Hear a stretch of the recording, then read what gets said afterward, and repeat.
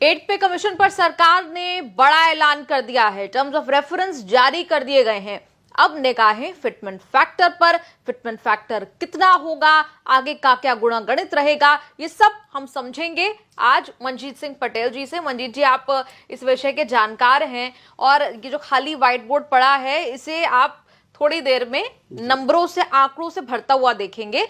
मंजीत जी, सवाल यही है कि कितना फिटमेंट फैक्टर होना चाहिए कि सबके साथ जस्टिस हो जाए, सारे सरकारी कर्मचारियों के साथ, और फिर उससे सैलरी कितनी बढ़ जाएगी? क्योंकि दावे तो ये चल रहे हैं कि 18 की सैलरी 51 हो जाएगी, 1 लाख पार हो जाएंगी सैलरीज। ऐसा होगा क्या? ये आप हमें आज गणित से समझाइए। निधि जी, कर्मचारियों को तो इंतजार है फिटमेंट फैक्टर का, पेंशनर्स को भी जी, पेंशनर्स को भी है। कल पे कमीशन के ऑफिशियल गठन का ऐलान भी हो गया है जी। अभी, लेकिन कर्मचारी गफलत में हैं, संशय में हैं, क्योंकि बिहार के चुनाव हैं, 10 महीने बीत गए तब जाकर के उसका गठन किया है। लेकिन फिर भी एक फिटमेंट फैक्टर जिसकी बार बार बात होती है, क्राइड फार्मूले की, जो चूंकि सभी कर्मचारियों का इंतजार बेसिकली उसी चीज़ का है, तो हम तो बस इतना बता सकते हैं कि मिनिमम कहाँ तक होना चाहिए। मैक्सिमम की तो कोई लिमिट है नहीं, ठीक है, ठीक बात। लेकिन हम मिनिमम की बात कर सकते हैं कि भाई इससे नीचे तो जा ही नहीं सकता है। इससे नीचे अगर जाएगा तो इसका मतलब ये है कि उनकी सैलरी कम हो जाएगी, बजाय बढ़ने के कम हो जाएगी।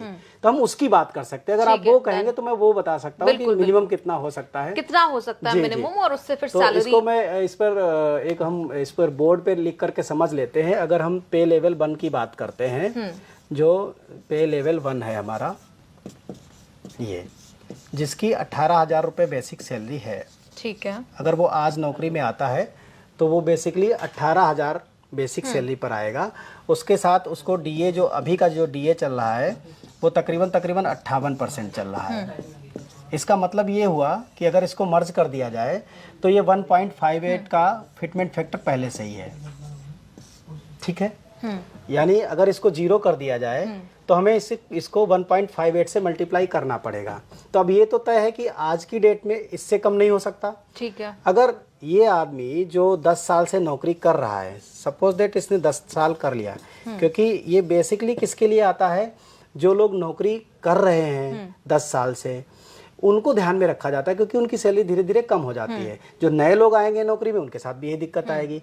अगर हम इसको इमेजिन करें कि ये 2025 में कहाँ पर होगा, 2025 में ये कहाँ है, इसकी बेसिक सैलरी कितनी होगी, जिसकी कि 18,000 बेसिक सैलरी थी, तो आप देखेंगे इसका हमने एक चार्ट भी बना रखा है कि 2025 में ये 23,500 पर है। ये 23,500 रुपये इसकी बेसिक सैलरी है।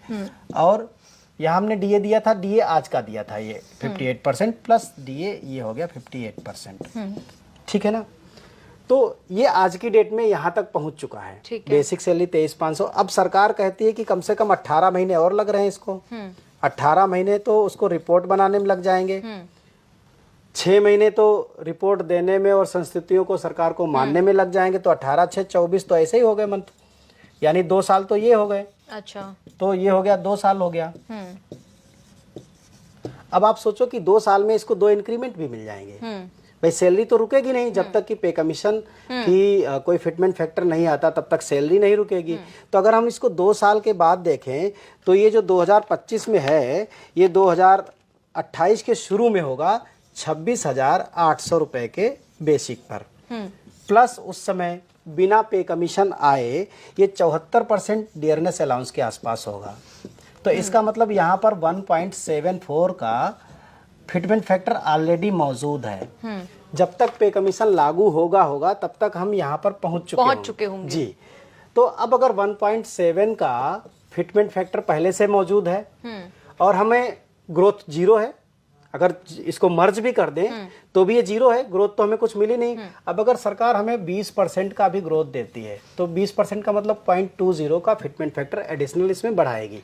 तो ये जो फिटमेंट फैक्टर निकल करके आ रहा है 1.7 की जगह 9 हो जाएगा, और यहाँ 1.94 हो गया, ठीक है। तो ये तो मिनिमम फिटमेंट फैक्टर केवल तब है जब हमने क्या किया कि केवल 20% की ग्रोथ ली। लेकिन अभी हमारी जो मेन डिमांड चल रही है, ये जितना कुछ इन्होंने दिया है, ये सारा का सारा, ये बेसिकली जो फैमिली यूनिट्स हैं वो 3 कंसीडर की गई हैं। फैमिली यूनिट्स 3 है। 3 का मतलब हस्बैंड, वाइफ और 2 बच्चे हैं, 2 किड्स हैं, ठीक है, आधी आधी यूनिट के। तो अगर अभी हमारी डिमांड चल रही है कि इसको बढ़ा करके 3 से बढ़ा करके इसको 5 कर दिया जाए, सपोज दैट इसको 5 कर दिया जाए, तो 5 करने का मतलब है कि ये 0.66 यानी 66% बढ़ जाएगा, है ना, यानी कि 0.66 फिटमेंट फैक्टर बढ़ जाता है, ठीक है। तो अगर हम इसको 1.94 को में इसमें 0.66 जोड़ देते हैं तो ये फिटमेंट फैक्टर बन करके आता है लगभग ये 2 हो गया, 2.6 आ गया, 2.60, ठीक कह रहा हूँ? ठीक है। तो ये जो फिटमेंट फैक्टर बनता है, तो ये हम मान करके चल रहे हैं ये मिनिमम फिटमेंट फैक्टर हो सकता है जी। तो इस तरीके से हम इसको देख रहे हैं, लेकिन अब सरकार के ऊपर है, मान लो उसने 3 यूनिट को बजाय 5 करने के 3.6 पे चली गई या 3.5 पे चली गई या 4 पे चली गई, तो उसी हिसाब से ये घट जाएगा।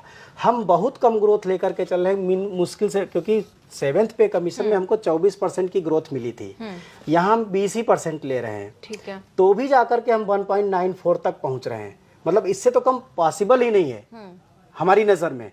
और अगर फैमिली यूनिट्स बढ़ती हैं तो यहाँ तक ये जा सकता है। ठीक है, तो आप कह रहे हैं कि इससे कम पॉसिबल नहीं है। अगर 3 से 5 फैमिली यूनिट्स की जाती हैं तो फिर इतना फिटमेंट फैक्टर होना चाहिए 2.6। हालांकि ये कैलकुलेशन में हमारी 2.64 तक जाती है, लेकिन हम अभी उतना डीप में नहीं जाना चाहते हैं क्योंकि वो बहुत टेक्निकल हो जाएगा। लेकिन एक आम आदमी के समझने के लिए ये जरूरी है कि 2.60 एक बेहतर फिटमेंट हो सकता है।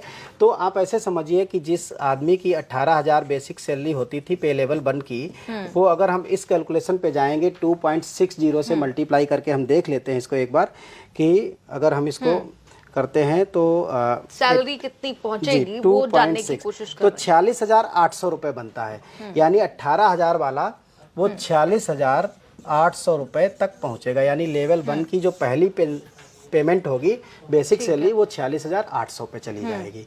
ये हमारा मानना है कि कम से कम यहाँ पर एग्जिस्ट करेगा। अगर इससे कम सरकार लाने की कोशिश करती है तो फिर पे कमीशन को लाने का कोई मतलब ही नहीं है। मिनिमम पे कमीशन इतना बेनिफिट अगर दे रहा है तो ही मैं कहूंगा कि वो थोड़ा बहुत न्याय हो सकता है, अदरवाइज इससे भी हमें ज्यादा की जरूरत है आज की डेट में। मतलब वो जो एक आंकड़ा चल रहा था 18 की सैलरी 51 हो जाएगी, तो ये जो आपने कैलकुलेशन लगाई है उसके हिसाब से भी 18 की सैलरी 46,800 के आसपास पहुंचती है। 51 तो नहीं पहुंच रही, 51 नहीं पहुंच रही, लेकिन हम अगर इसमें थोड़ा सा अगर 0.1 का इजाफा होता है तो वो 51 के ऊपर भी निकल जाएगी, लेकिन ऑलमोस्ट तो ये जस्टिफाइड लगता है आपको? हाँ, ये मैं देखो, ये सरकारें बड़ी कंजूस हैं, कर्मचारियों को कुछ देना नहीं चाहती। 18 महीने का डीए एरियर बहुत कम है, बहुत छोटी रकम है, 3,000 करोड़ की, वो नहीं सरकार दे रही है और 4 साल हो चुका है। तो मैं मतलब अगर मैं ये इमेजिन कर लूँ कि जैसे मुंगेरी लाल के जो सपने होते हैं जिसको कहते हैं कि अरे 3 गुना हो जाएगी, 4 गुना हो जाएगी, 5 गुना हो जाएगी, वो मुझे ठीक नहीं लगता।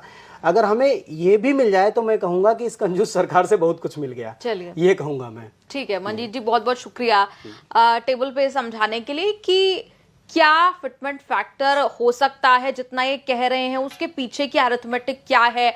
2.6 इन्होंने कहा कि होना चाहिए, अगर 3 से 5 यूनिट कर दी जाती है, इतना तो मिनिमम कह रहे हैं, 1.94 तो होना ही चाहिए।